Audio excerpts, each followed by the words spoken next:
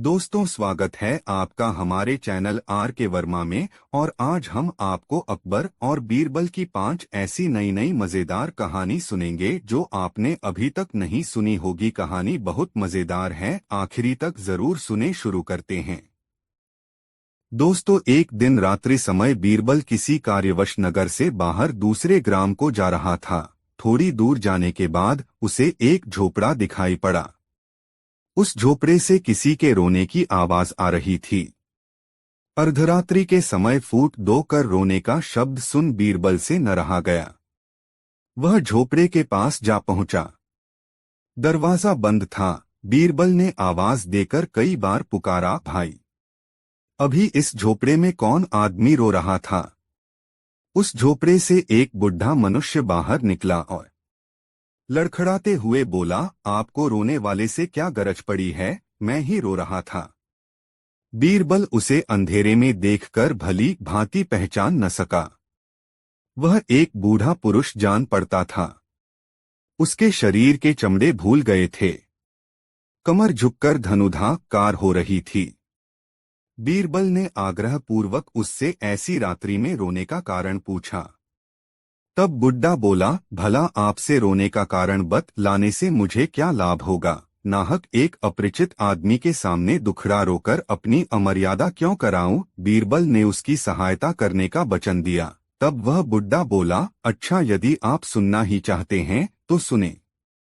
इस समय मेरी अवस्था 70 के लगभग पहुंच चुकी है। ईश्वर ने एक लाल दिया था सो भी चल बसा। घर में मेरी रखवाली व भरण पोषण करने वाला कोई भी नहीं है। बेचारा लड़का कमाकर लाता था, उससे हम पिता पुत्रों का भरण पोषण भली भांति हो जाया करता था। मेरे से काम नहीं हो सकता। बड़ी जोर लगाकर भी 3-4 पैसे से अधिक की मजदूरी नहीं कर पाता। महीने में ऐसा एक भी सौभाग्य का दिन नहीं होता जिस दिन मैं भर पेट भोजन कर चैन की नींद सो। लड़के की सोच अलग मारे डालती है। आज 3 दिनों से बराबर फांका कर रहा हूं। उदर की ज्वाला अबरदास्त होने से रो रहा था। बीरबल ने सोचा, यह अंधेरी रात है, चारों तरफ सन्नाटा ही सन्नाटा नजर आ रहा है। ऐसी हालत में तत्काल हम आदमी की भला मैं क्या सहायता कर सकता हूं? बेहतर होगा कि कल प्रातःकाल इसे अपने मकान पर बुलाऊं। उसने प्रकट रूप में कहा, चाचा जी, यह रात्रि का समय है, थोड़ी देर और अपनी झोपड़ी में जाकर आराम कीजिए। तड़के उठकर दीवान खाने में आना। मेरा नाम बीरबल है। इतना कहकर बीरबल चला गया और बुड्ढा भी झोपड़ी में पड़ा हुआ सबेरा होने की प्रतीक्षा करने लगा। सारी रात उसको निद्रा न आई। सूर्योदय होते ही ठेकता हुआ दीवान के घर पहुंचा। बीरबल ने बुड्ढे की बड़ी आवभगत की और अच्छा अच्छा पदार्थ भोजन कराया। जब वह खा पीकर संतुष्ट हुआ तो बीरबल कहा, चाचा जी, इस समय मैं आपको केवल 15 दिन का खर्च देकर विदा करता हूं। इसके बीच मिश्री की एक डेली लेकर उसे हीरे की शक्ल का बनाकर मेरे पास लाना, तब मैं आपको आगे की तरकीब बतलाऊंगा। बुड्ढा बीरबल को आशीर्वाद देता हुआ घर लौट गया। 8-10 दिनों के अंत गत वह एक मिश्री के टुकड़े को खूब घिस छोलकर हीरे के आकार का बनाकर बीरबल के पास ले आया। बीरबल ने उस नकली हीरे को हाथ में लेकर देखा। निसंदेह वह बनावटी हीरा असली हीरे को मात कर रहा था। बीरबल ने बूढ़े से कहा, चाचा जी, इसको लेकर कल फिर आइएगा, आपको बादशाह के पास चलना होगा। मैं इसे बादशाह के हाथ बेचकर आपको एक अच्छी रकम दिलाऊंगा। अगले दिन बीरबल बुद्धू चाचा को अपने साथ ले गए और सामान्य समय से पहले ही महल पहुंच गए। उसे देखकर राजा को कुछ कारण विशेष जान पड़ा, इसलिए उससे पूछा, क्यों बीरबल, आज इतनी जल्दी क्यों कर आना हुआ? बीरबल ने विनम्रता से उत्तर दिया, गरीब परवर, यह कारीगर एक उत्तम हीरा लेकर मेरे साथ आया है। यह उस हीरे को बेचना चाहता है। मुझे विश्वास है कि यह चीज आपके पसंद की होगी। इतना कहकर उसने हीरे को बादशाह के हाथ में दे दिया। बादशाह ने हीरे को भली भांति देखकर कहा, बीरबल, हीरा तो लाजवाब है, परंतु बूढ़े जौहरी से कहो कि इसे लेकर 2 घंटे पश्चात हाजिर होवे। बुड्ढा वहां से हट गया। तब बादशाह ने नीरबल को उसकी भली भांति जांच कराने की आज्ञा दी। बीरबल इधर उधर घूम फिर कर आ गया और बोला, पृथ्वीनाथ, इसके अच्छा होने में कोई संदेह नहीं है।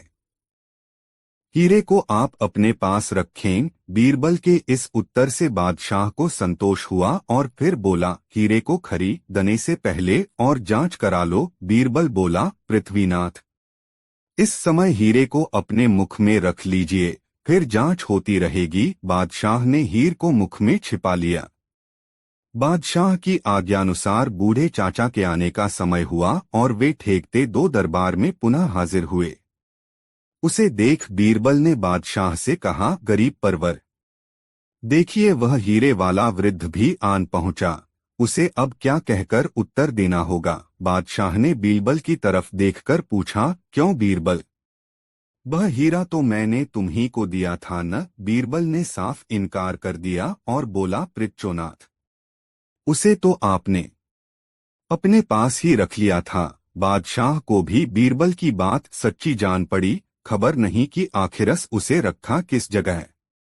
उसने हीरे का बहुतेरा खोज किया, परंतु जब कहीं हो तब तो मिले वह तो मुख में गलकर पानी हो गया था। लाचार होकर बादशाह बोला, अच्छा बीरबल, बुढ़े व्यापारी से उसका मूल्य निश्चित कर लो, परंतु उससे कोई झकझक न करना। हुक्म मिलते ही बीरबल ने बूढ़े चाचा से हीरे का मूल्य पूछा। वह बोला, दीवान जी, हीरे का असली मूल्य 2000 मुहरें हैं और 200 मुहरें मैं नफे में लूंगा। बीरबल ने कहा, नहीं, तुम्हें नफे में 50 मुहरें ही दी जाएंगी। बूढ़ा दुखित मन से बोला, सरकार, यदि आपको मुनाफे की 200 मुहरें देनी स्वीकार हो तब तो लेवें, नहीं तो कृपा कर मेरा माल मेरे हवाले करें। बीरबल मूल्य में कमी कराने के लिए उससे बार बार बना वटी माथापच्ची करता रहा। अंत में झुझलाकर बोला, बुड्ढू, इतनी टिरटिर क्यों करता है? अच्छा 50 मुहरें और ले लेना। परंतु बूढ़े चाचा तो पक्के गुरु के चेला थे, भला वे कब मानने लगे। मुंह बनाकर बोले, दीवान जी, इस प्रकार मुझ गरीब को क्यों दबाते हैं? मैं 200 मुहरों से 1 कौड़ी भी कम न लूंगा। बादशाह इन दोनों की बड़ी देर की झक सुन क्रोधित होकर पूछा, क्यों बीरबल, व्यापारी क्या कहता है? बीरबल ने उत्तर दिया, पृथ्वीनाथ, वह हीरे की लागत 2000 मुहरें बतलाता है और मुनाफे की 200 मुहरें अलग से मांगता है। मैं इसके नफे में कमी करवाता हूँ और केवल 100 मुहरें ही देना चाहता हूँ। बादशाह ने बीरबल को इशारे से मना किया और उदारतापूर्वक बूढ़े जौहरी को हीरे का मूल्य और 200 मुनाफे की मुहरें खजांची से दिलवाकर विदा किया। वृद्ध की प्रसन्नता बासों उछल पड़ी और मनोमन बीरबल को कोटिशः धन्यवाद देता हुआ अपने घर चला गया। शाम को दरबार से अवकाश पाकर जब बीरबल घर पहुंचा तो जौहरी बूढ़े चाचा को प्रस्तुत पाया। बूढ़ा बीरबल को देखकर प्रसन्नता से रोमांचित हो गया और बोला, आपको और आपकी बुद्धि को धन्य है दीवान साहब। आप जो मुझ सरीखे दीनों पर उपकार कर रहे हैं उसका फल ईश्वर आपको हाथों हाथ देगा। मुझे विश्वास हो गया है कि इस पृथ्वी मंडल पर आप ऐसा प्रजापालक दूसरा दीवान नहीं है। उसकी ऐसी अनेकों प्रशंसा की बातें सुनकर उसके संतोषार्थ बीरबल ने कहा, चाचा जी, इसमें मेरा क्या उपकार है?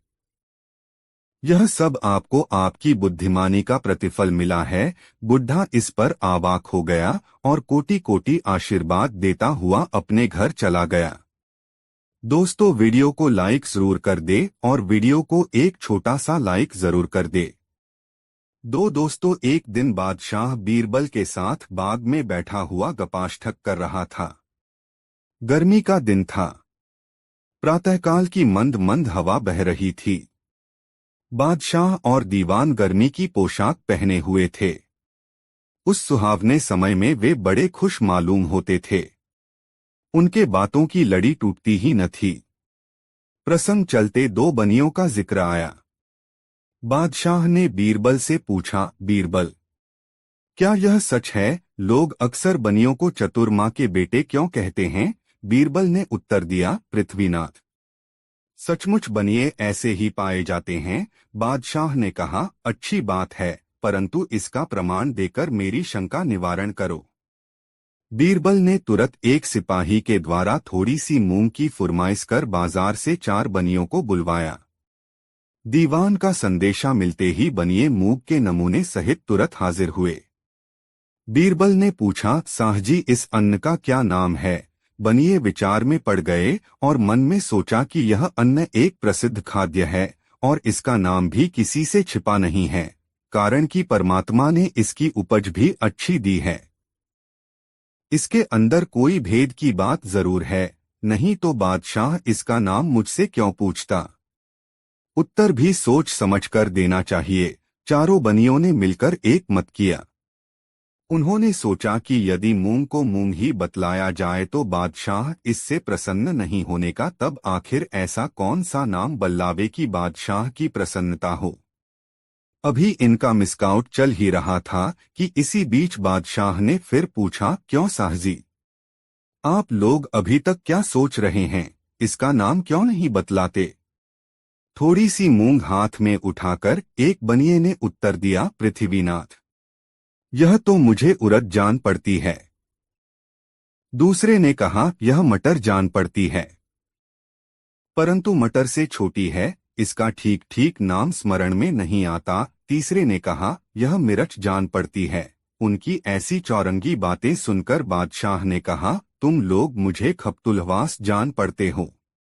यह मूंग है। मूंग, बनियों ने कहा, हाँ गरीब परवर, वही जो आप कह रहे हैं। बादशाह ने फिर पूछा, वही वही क्या? नाम क्यों नहीं बतलाते? बनिए बोले, गरीब परवर, जो नाम अभी आपने बतलाया था वही। बादशाह भी पर में पानी लगने देने वाला नहीं था। उसने कहा, अभी मैंने किस चीज का नाम लिया था? बनिए फिर चालाकी खेल गए और बोले, गरीब परवर, हमको विस्मरण हो गया है।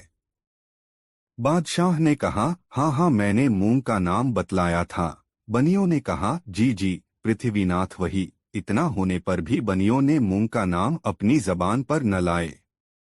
बादशाह उनकी इस चातुर्यता से अति प्रसन्न हुआ और सबको घर जाने की अनुमति दी। 3 दोस्तों, एक दिन बादशाह ने अपने दरबारियों से भरी सभा में पूछा, भाग्य बड़ी है व उद्योग? सब दरबारियों ने एक मत होकर बतलाया, पृथ्वीनाथ, उद्योग बड़ा है, परंतु बीरबल की राय सबसे भिन्न थी। वह अपनी तरफ से अकेला होकर बोला, महाराज, मेरी सम्मति से भाग्य बड़ी है। बादशाह ने बीरबल से पूछा, यदि उद्योग न किया जाए तो भाग्य क्या कर सकती है? भला उस मनुष्य को जो भाग्य के भरोसे बैठ रहे, कभी खाना नसीब हो सकता है? बीरबल ने उत्तर दिया, चाहे कोई कितना ही उद्योग क्यों न करे, परंतु जो बात उसके भाग्य में लिखी न होगी कदापि नहीं मिल सकती। यह सब देखते हुए भाग्य को ही प्रधानता मिलनी चाहिए। एक दरबारी को बीरबल की यह दलील बहुत खटकी और वह बादशाह से निवेदन कर बोला, पृथ्वीनाथ, जब बीरबल को भाग्य की प्रधानता मालूम है तो इसका कोई सबूत भी होगा। बादशाह ने झट बीरबल से पूछा, हाँ बीरबल, इस बात का कोई सबूत दो। बीरबल बोला, पृथ्वीनाथ, यह कोई ऐसी वैसी बात नहीं है जो कोई गांठ में बांधे फिर रहा हो और तुरंत खोलकर दिखला दे। आपकी ऐसी ही इच्छा है तो कुछ दिनों में सिद्ध करके दिखला दूंगा। उस दिन का कार्य समाप्त हुआ और लोग अपने 2 घर गए। एक दिन बादशाह को जमुना में सैर करने की इच्छा हुई, अतएव कुछ दरबारियों को साथ ले एक खास नौका पर बैठकर यमुना जी में जल विहार करने लगा। बीच दरिया में पहुंचकर फिर उसे भाग्य और उद्योग वाली बात स्मरण हो आई। उसने बीरबल से कहा, क्यों बोरबल, अभी तुम्हारा दिमाग ठिकाने आया कि नहीं? बोलो, उद्योग को प्रारब्ध से प्रधान मानते हो वा नहीं? इस बार भी बीरबल ने पहले ही सा उत्तर दिया। बीरबल की इस हठधर्मी पर बादशाह चिढ़ गया और तत्क्षण अपने हाथ की अंगूठी निकालकर जमुना जल के मध्य में छोड़ दिया और बोला, अच्छा बीरबल, यदि अपनी भाग्य की प्रधानता से तू एक मास के अंतर्गत यह अंगूठी मुझे न मिला सकेगा तो तेरी गर्दन उड़ा दी जाएगी। बादशाह के उस आकस्मिक कोप से सब लोग थर्रा गए। सब लोगों ने देखा कि यहाँ पर जमुना जी का जल बहुत गहरा है। यहाँ से अंगूठी का मिलना असंभव हो नहीं बल्कि नितांत असंभव है। अब बीरबल की जान नहीं बच सकती, परंतु बीरबल ने कुछ जवाब नहीं दिया। वह चुपचाप बैठा रहा। नाव किनारे पर आ लगी। घर लौटते समय बादशाह ने उस जगह अपने सिपाहियों की पहरा चौकी बांध दो ताकि बीरबल किसी प्रकार उस अंगूठी को जल से बाहर न निकाल सके। बीरबल प्रारब्ध के भरोसे चुप्पी साध कर बैठा रहा। जब 27 दिन व्यतीत हो गए तो बादशाह ने बीरबल से पूछा, क्यों बीरबल अंगूठी मिली? बीरबल ने इनकार किया। तब बादशाह ने कहा, देखो बीरबल, अब भी उद्योग की प्रधानता स्वीकार कर लो, मैं तुम्हें माफी दे दूंगा। बीरबल ने उत्तर दिया, नृथवीनाथ, भाग्य के सामने उद्योग नहीं टिक सकता। मशल मशहूर है, घड़ी में घर जले 9 घड़ी भद्रा। अभी 3 दिन का समय और है, इतने में तो कितना उलट फेर हो सकता है। बादशाह के क्रोध रूपी अग्नि में और भी आहुति पड़ गई। वह एकदम क्रोधित हो गए। जब अवधि का दिन बीत गया तो चौथे दिन फिर बादशाह ने बीरबल से अपनों अंगूठी मांगी।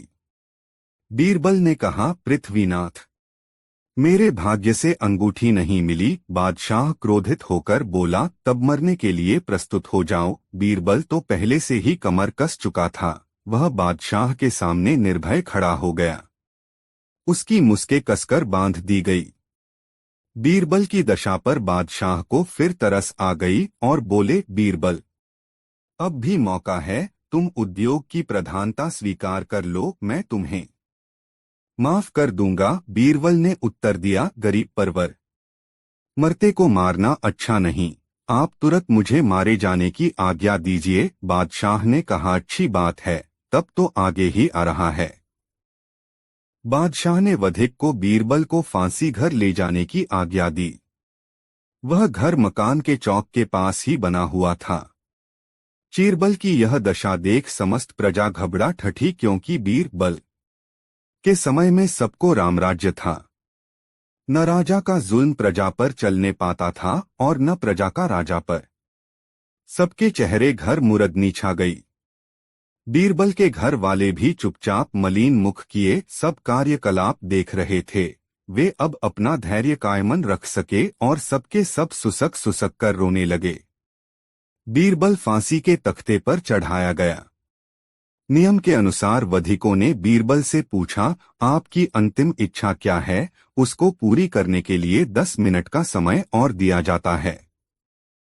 बीरबल अभी कुछ कहने भी नहीं पाया था कि एक फकीर प्रकट हुए। उनको आते किसी ने नहीं देखा था, जिससे ऐसा प्रतीत हुआ मानो जमीन को फाड़कर प्रकट हुए हो। फकीर ने कहा, बीरबल, यह तुम्हारे फांसी का समय है, अतएव मरने से पहले एक पुण्य कर्म करता जा। यह सबेरे सबेरे का समय है और मुझे भूख बहुत लगी है, इससे तू मेरे भोजन का प्रबंध कर। इससे बढ़कर दूसरा दान नहीं है। सदा ऐसे लोग कहते आए हैं। मैं मछली खाना चाहता हूँ, इसलिए एक अच्छी मछली पकाकर खिला और मुझ क्षुधित का आशीर्वाद ले। बीरबल बड़ी असमंजस में पड़ गया। एक तो मरण काल, दूसरे फकीर की याचना, सो भी मछली। वह बोला, शाह साहब, आपको ज्ञात होना चाहिए कि मैं एक कुलीन ब्राह्मण हूँ। हम लोग अपने चौके में मछली मांस का प्रयोग नहीं करते, फिर आपको क्यों कर खिलाऊं? फकीर बोला, यह सब सही है, परंतु यदि तू इस मरणकाल में मेरी क्षुधा मिटाएगा तो इस पुण्य से तेरा बाल बच्चों के सहित कल्याण होगा। वहां पर उस समय जितने लोग एकत्रित थे, सबों ने बीरबल से फकीर की इच्छा पूर्ति का अनुरोध किया।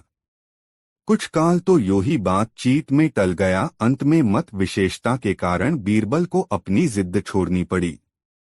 एक आदमी बाजार जाकर एक मल्लाह से एक खूब मोटी और बड़ी मछली खरीद लाया।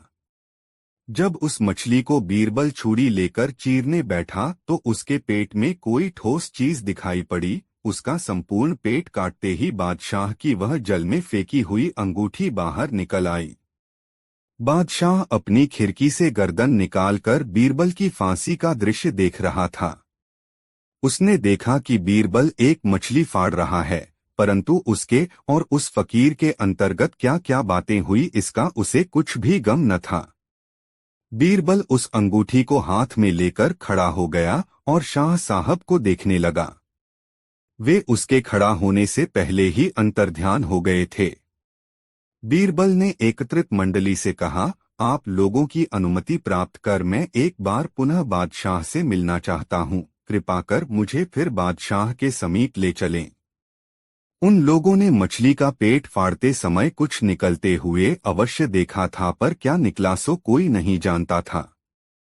वे बड़ी प्रसन्नता से कर्मचारियों के सहारे बीरबल को बादशाह के पास ले गए।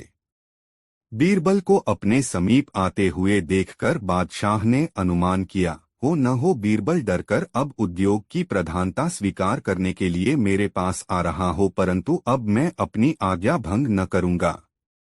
इसीलिए इसके पहले ही मैंने उसे कई बार मौका दिया था, परंतु उस समय उसने मेरी बातों पर कुछ भी ध्यान नहीं दिया। बीरबल पास पहुंचकर बादशाह को सलाम किया।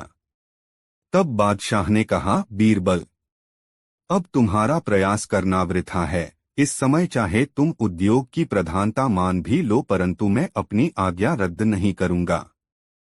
बीरबल ने कहा, प्रभु, जरा पहले मेरी बातें सुन लें।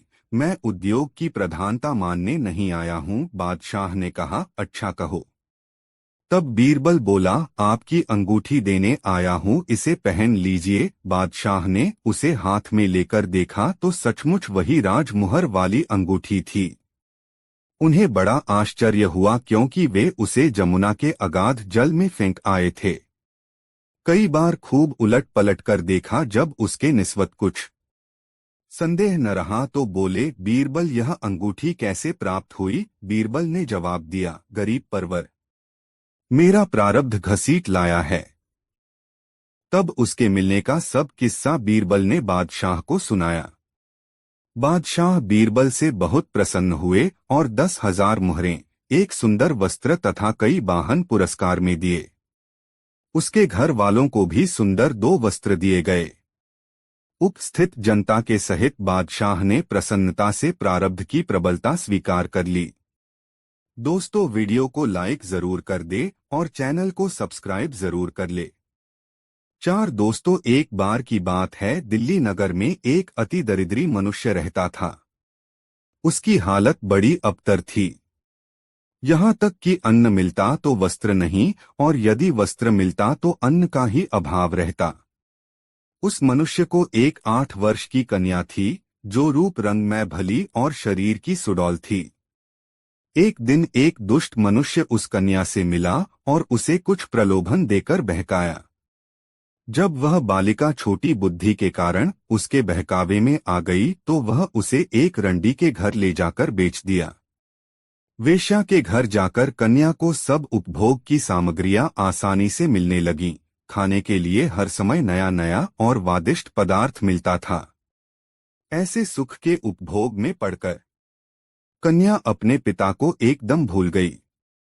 इधर बेचारा पिता अपनी कन्या के लिए बहुत हाय हाय किया और अपने भरसक उसकी बहुत खोजबीन की, परंतु जब उसका कहीं भी पता न चला तो लाचार होकर बैठ रहा। वेश्या ने उस कन्या को नृत्य गान की शिक्षा दिलवाकर उसे अपने फन में गुणागरी बना दिया। वह धीरे धीरे सारे नगर में विख्यात हो गई। एक दिन ऐसी घटना घटी कि वह एक जगह महफिल में नाच रही थी और उसी बीच उसका पिता भी वहां पर जा पहुंचा। वह नाचने वाली कन्या को गौर करके देखा तो मालूम हुआ कि वह उसकी ही राम पियारी नामनी कन्या है। उसके बदन में काटो तो खून नहीं, परंतु उस समय छेड़खानी करने से अपना अपमान समझकर वह चुप मार गया और उस बेश्या का पूरा परिचय लेकर बादशाह के पास पहुंचा। जब बादशाह दरबार में आए तो अपना एक अर्जी दावा पेश किया। बादशाह उसे पढ़ने के लिए बीरबल को दिया। तब बीरबल उसे पढ़कर बादशाह को सुनाया। बादशाह ने वेश्या को उसकी लड़की के सहित तलब करने की आज्ञा दी। दूसरे दिन वेश्या कन्या के सहित दरबार में उपस्थित हुई। बीरबल बादशाह की अनुमति से निम्नलिखित प्रश्न किया, यह कन्या तुझे कहाँ से प्राप्त हुई है और इसका पिता कौन है? वेश्या तो वेश्या, भला वह कत्र की चुकने वाली थी, इनकी पंडिताई सब पर विदित है। वह घर से ही कन्या को भली भांति सिखा पढ़ाकर दरबार में लाई थी। उसने कहा, पृथ्वीनाथ, यह एक फकीर को कन्या है। जब यह बहुत छोटी थी तभी वह फकीर इसे मेरे हाथ बेच गया था। इसकी उम्र उस समय 2-3 वर्ष की थी। भली भांति बातचीत भी करना नहीं जानती थी। मेरे घर रहकर कई वर्षों के बाद अब सयानी हुई है। लालन पालन के अतिरिक्त और बहुत सा व्यय करके मैंने इसे शिक्षिता बनाया है। बीरबल ने उस कन्या से पूछा, क्यों री छोकरी, तू अपने माता पिता को जानती है? तेरा जन्म किस जगह हुआ था? लड़की बोली, ना सरकार, मैं तो अपने माता पिता की सूरत भी नहीं पहचानती। जब से होश संभाले हूँ तब से आज तक बराबर इन्हीं का साथ है और मैं इन्हीं को अपनी माँ जानती हूँ। बीरबल ने वेश्या से पूछा, तू इस लड़की का नाम जानती है? वेश्या बोली, हाँ, मैं इसको काशी के नाम से पुकारती हूँ। बीरबल ने कहा, अच्छा, अब आज तुम अपने घर जाओ, कल दरबार के समय फिर उपस्थित होना। दूसरे दिन बीरबल ने उससे पहले ही लड़की के पिता को तलब किया और उससे पूछा, क्या तुम अपने लड़की का असली नाम बतला सकते हो? पिता बोला, हाँ सरकार, मैं उसे सुभद्रा नाम से पुकारता हूँ। यह हमारे अड़ोस पड़ोस के सभी लोग जानते हैं, आप उनसे भी पूछ सकते हैं। बीरबल को उनके नाम के संबंध में और पूछताछ करने की आवश्यकता नहीं जान पड़ी, इसलिए उसे वहीं तक रखा। इधर वेश्या भी समय पर उपस्थित हुई। इस मामले की बड़ी शोहरत हो गई थी, इसलिए दोनों तरफ से बहुतेरे लोग फैसला सुनने के लिए आए। बीरबल ने चुपके से एक सिपाही को आज्ञा दी कि इस भीड़ में घुसकर सुभद्रा सुभद्रा कई बार पुकारा। जो कोई नाम को सुनकर कुछ भी संकुचित हो उसे पकड़कर मेरे पास हाजिर करो। सिपाही ने चिल्लाकर सुभद्रा को पुकारा। उसके पुकारते ही सब लोग सन्न हो गए, परंतु वह कन्या चुपके से खड़ी होकर इधर उधर देखने लगी। सिपाही बीरबल की आज्ञानुसार उसका हाथ पकड़ लिया और उसे उसके पास ले आया। वेश्या भी लड़की के साथ हो ली। बीरबल ने कन्या से पूछा, क्यों री, तेरा नाम तो काशी है न, फिर तू सुभद्रा के नाम से क्यों खड़ी हो गई? लड़की ने उत्तर दिया, सरकार, मेरे पिता मुझे सुभद्रा के नाम से ही पुकारते थे, अतएव सुभद्रा नाम के सुनते ही मेरे कान खड़े हो गए। बीरबल ने कहा, अभी तू कल अपने बयान में कह चुकी है कि मैं अपने पिता को नहीं जानती और आज इस प्रकार कहती है। वह लड़की चक्कर में आ गई और डरवश थरथर कांपने लगी।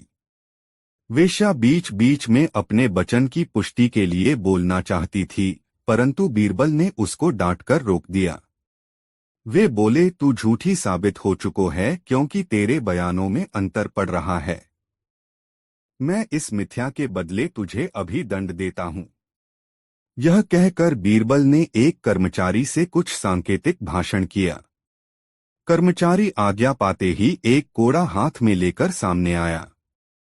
उसे देखकर वेश्या डर गई और तुरंत अपना कसूर गर्दान लिया। वह बोलो, पृथ्वीनाथ, मैं इस कन्या को आज से 3-4 वर्ष पहले एक आदमी से खरीदा था।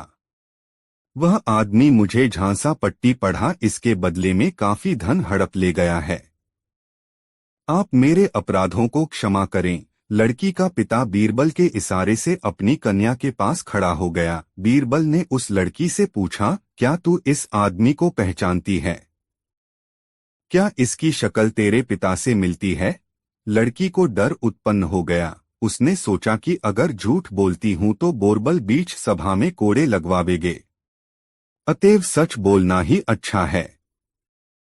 उसने कहा, हाँ हाँ, यही मेरे जन्मदाता पिता हैं।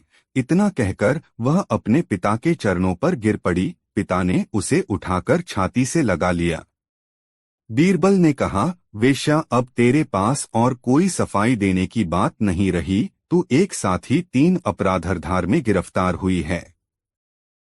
पहला अपराध अवोध कन्या के फुसलाने का, दूसरा दास व्यवसाय को तरक्की देने का और तीसरा धोखा देने का है। इसलिए तुमको 7 वर्ष की सजा दी जाती है। वह सिपाहियों द्वारा तत्क्षण कैद कर ली गई और वे उसे लेकर कारागृह का मार्ग लिए। तब बीरबल उस वृद्ध पुरुष को समीप बुलाकर बोले, मैं तुम्हारी कन्या को तुम्हें देता हूँ, परंतु साथ ही इस बात की हिदायत भी करता हूँ कि अब यह लड़की तुम्हारे यहाँ न रह सकेगी, इसलिए तुम्हारो और इसकी इसी में भलाई है कि एक अच्छे बर की तलाश कर इसकी यथाशीघ्र शादी कर दो। बूढ़े मनुष्य ने दीवान की उचित सलाह को मानने का वचन दिया और उससे विदा हो अपनी कन्या के साथ खुशी दो घर लौट आया। दोस्तों, इस वीडियो को लाइक जरूर कर दे।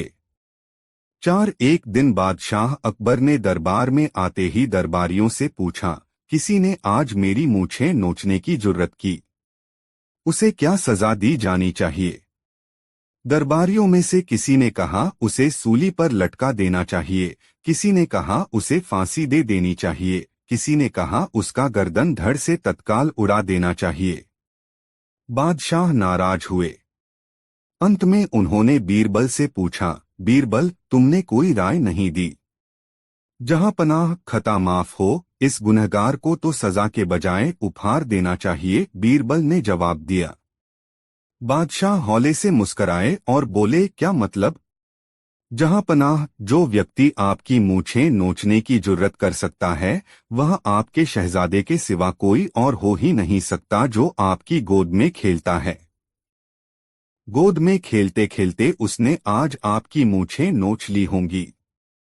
उस मासूम को उसकी इस जुर्रत के बदले मिठाई खाने की मासूम सजा दी जानी चाहिए, बीरबल ने खुलासा किया। बादशाह ने ठहाका लगाया और दरबारी बगले झांकने लगे। दोस्तों, वीडियो को लाइक जरूर कर दे। एक बार एक व्यापारी अपने किसी काम से कुछ दिनों के लिए प्रदेश से दूर गया हुआ था। जब वह अपना काम खत्म करके घर पहुंचा तो देखता है कि उसकी पूरी तिजोरी खाली है।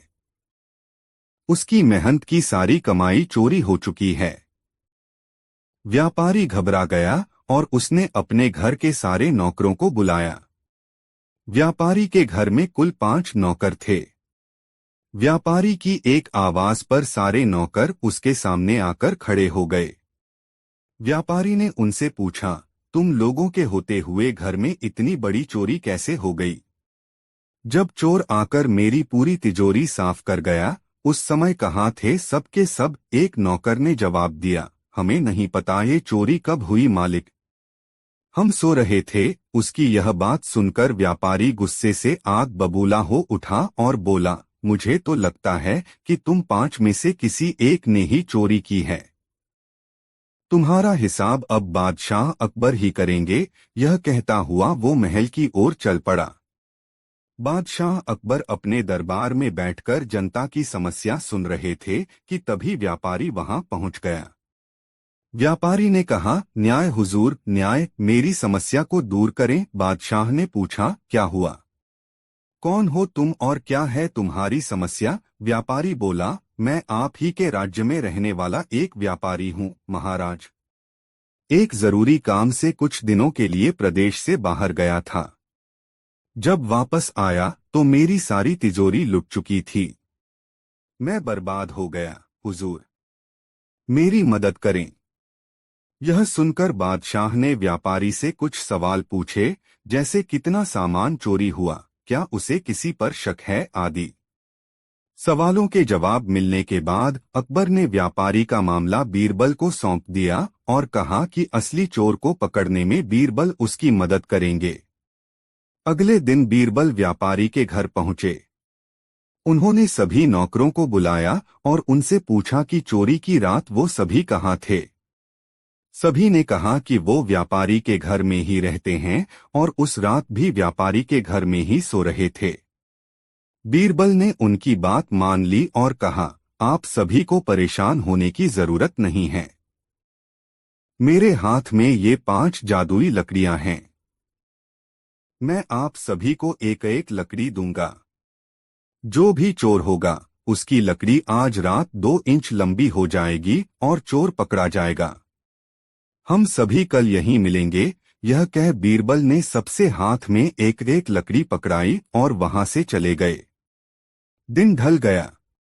अगले दिन बीरबल फिर से व्यापारी के घर पहुंचे और उन्होंने सभी नौकरों को अपनी अपनी लकड़ी के साथ बुलाया। जब बीरबल ने सबकी लकड़ी देखी तो उन्होंने देखा कि एक नौकर की लकड़ी 2 इंच छोटी है। बस फिर क्या था? बीरबल ने तुरंत सिपाहियों को उस नौकर को पकड़ने का आदेश दिया। व्यापारी इस पूरी घटना को समझ नहीं पाया और असमंजस से बीरबल की तरफ देखने लगा। बीरबल ने व्यापारी को समझाया कि कोई लकड़ी जादुई नहीं थी, लेकिन चोर को इस बात का डर था कि उसकी लकड़ी 2 इंच बड़ी हो जाएगी और इस डर से उसने अपनी लकड़ी को 2 इंच काट दिया और वह पकड़ा गया। व्यापारी बीरबल की चतुराई से बहुत प्रभावित हुआ और उसका धन्यवाद किया। सीख: गलत काम चाहे जितना भी चतुराई से किया जाए, लेकिन वो सभी की नजरों में आ जाता है और उसका अंजाम हमेशा बुरा ही होता है। 6 एक दफा शहंशाह अकबर ने घोषणा की कि यदि कोई व्यक्ति सर्दी के मौसम में नर्मदा नदी के ठंडे पानी में घुटनों तक डूबा रहकर सारी रात गुजार देगा, उसे भारी भरकम तोहफे से पुरस्कृत किया जाएगा। एक गरीब धोबी ने अपनी गरीबी दूर करने की खातिर हिम्मत की और सारी रात नदी में घुटने पानी में ठिठुरते बिताई और जहांपनाह से अपना इनाम लेने पहुंचा। बादशाह अकबर ने उससे पूछा, तुम कैसे सारी रात बिना सोए खड़े खड़े ही नदी में रात बिताए? तुम्हारे पास क्या सबूत है? धोबी ने उत्तर दिया, जहांपनाह, मैं सारी रात नदी छोर के महल के कमरे में जल रहे दीपक को देखता रहा और इस तरह जागते हुए सारी रात नदी के शीतल जल में गुजारी। बादशाह ने क्रोधित होकर कहा, तो इसका मतलब यह हुआ कि तुम महल के दिए की गर्मी लेकर सारी रात पानी में खड़े रहे और इनाम चाहते हो। सिपाहियों, इसे जेल में बंद कर दो। बीरबल भी दरबार में था। उसे यह देख बुरा लगा कि बादशाह नाहक ही उस गरीब पर जुल्म कर रहे हैं। बीरबल दूसरे दिन दरबार में हाजिर नहीं हुआ, जबकि उस दिन दरबार की एक आवश्यक बैठक थी। बादशाह ने एक खादिम को बीरबल को बुलाने भेजा। खादिम ने लौटकर जवाब दिया, बीरबल खिचड़ी पका रहे हैं और वह खिचड़ी पकते ही उसे खाकर आएंगे। जब बीरबल बहुत देर बाद भी नहीं आए तो बादशाह को बीरबल की चाल में कुछ संदेह नजर आया। वे खुद तफ्तीश करने पहुंचे।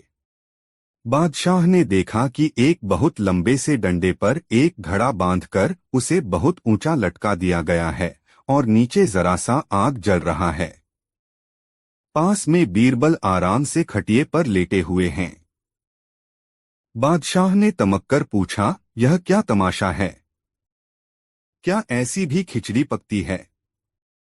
बीरबल ने कहा, माफ करें जहांपनाह, जरूर पकेगी।